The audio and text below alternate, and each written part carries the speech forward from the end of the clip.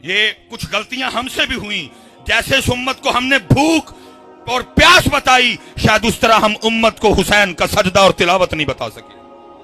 اللہ تمہیں اور کی توفیق دے۔ لیکن دکھ اس بات کا ہے، جیسے امت کو میرے امام علی مقام کی پیاس اور بھوک یاد ہے، شبیریں لگیں، دیگیں بڑھیں، چاول بٹے، حلوے پکے امام علی مقام اہل بیت اطہار کی محبت میں، لیکن امت نے نہ اس طرح سجدہ کیا نہ اس طرح قرآن پڑھا۔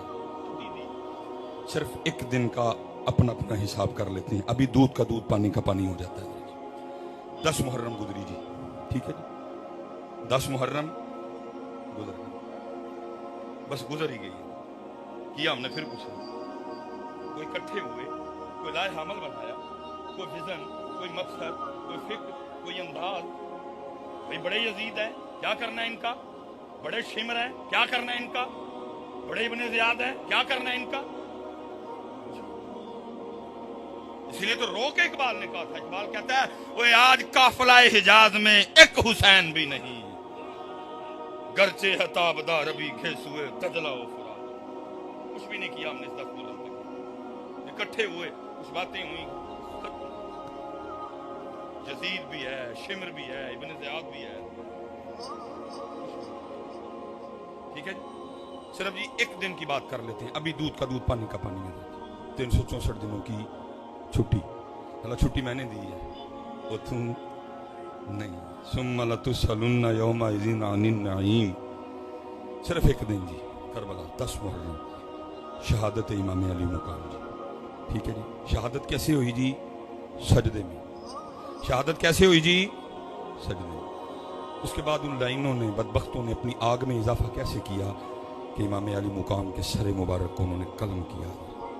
ادھر بھی نہیں ٹھہرے، ان کا بغض، ان کے اندر کی آگ پھر بھی کم نہیں ہوئی۔ انہوں نے کیا کیا؟ سر مبارک کو نیزے پہ چڑھایا اور بازاروں میں پھرایا۔ سب سے جو مضبوط روایت ہے وہ سیدنا زید بن ارقم رضی اللہ تعالیٰ عنہ کی۔ آپ فرماتے ہیں میں نے دیکھا، میں اپنی چھت پہ تھا، یزیدی اس انداز سے گزر رہے تھے، سر مبارک نیزے پہ تھا، لیکن کیا دیکھتا ہوں؟ سر مبارک نیزے پہ ہونے کے باوجود بھی قرآن پاک کی تلاوت کر رہے ہیں۔ میرے حسین کو اتنا پیار قرآن سے، نیزے پہ بھی پڑھا حضرت۔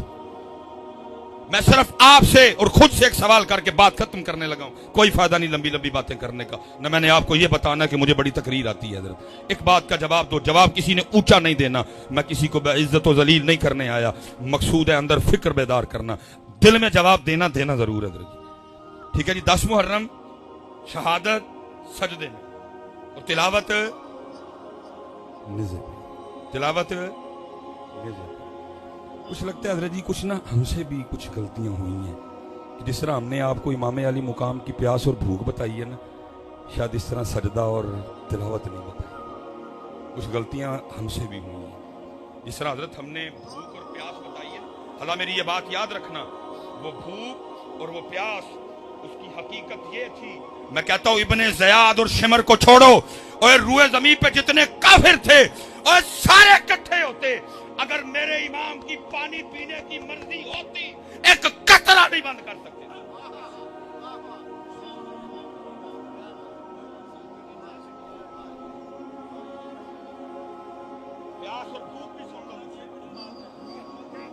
یہ کچھ غلطیاں ہم سے بھی ہوئیں، جیسے اس امت کو ہم نے بھوک اور پیاس بتائی، شاید اس طرح ہم امت کو حسین کا سجدہ اور تلاوت نہیں بتا سکے۔